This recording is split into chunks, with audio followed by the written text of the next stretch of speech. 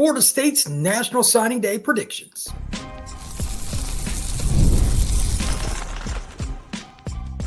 You are Locked On Seminoles, your daily podcast on the Florida State Seminoles.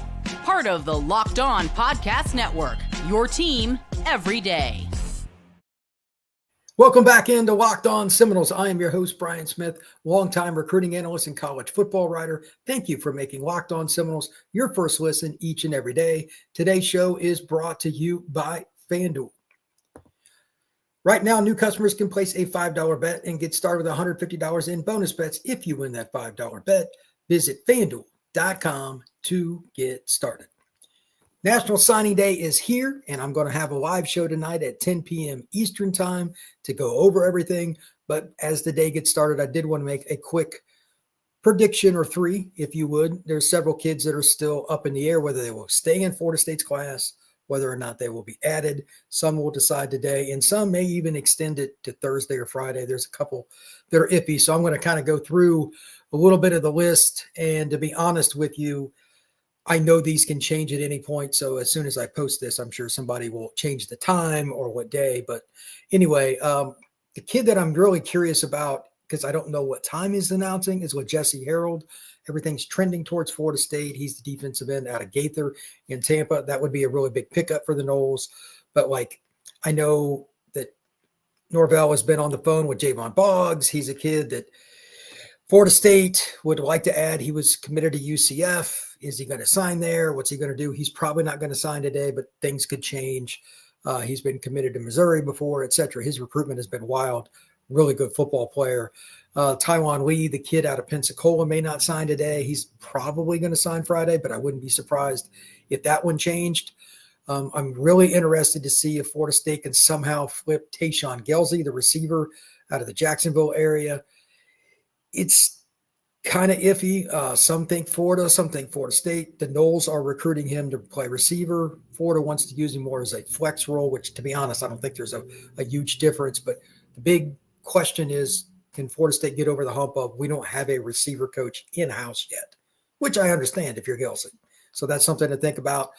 Maybe the wildest thing is I've heard two different things from very good sources. One says Solomon Thomas will go to LSU. The other one says he'll go to Florida. Obviously, neither one is good news for the Florida State Seminoles, but I trust both the sources. They're just different people having different opinions, so take it for what it's worth.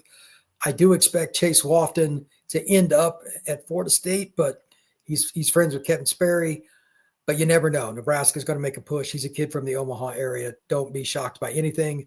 Chroma, the running back out of Georgia, I think will sign with the Georgia Bulldogs. Take that for what it's worth, but nobody around the Auburn program that I follow and cover as well has said that he's not going to go to Georgia, and they've recruited him very, very hard. So it's probably going to end up being the Dogs. Tarvos Alford, the linebacker that's out of Vero Beach. Every school in the country is recruited him. Florida, Florida State, Miami, Ohio State. He's been committed to the Buckeyes for quite some time.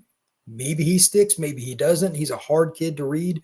He announces early this afternoon, I'm picking the Buckeyes because it's the safest pick, but nothing would surprise me with that one. The one that I've talked about consistently the last few weeks is Kevin Wynn. Does he end up signing with the Noles? I hope so. Florida State needs guys like him, and especially with White's new defensive style, he would be tremendous in it.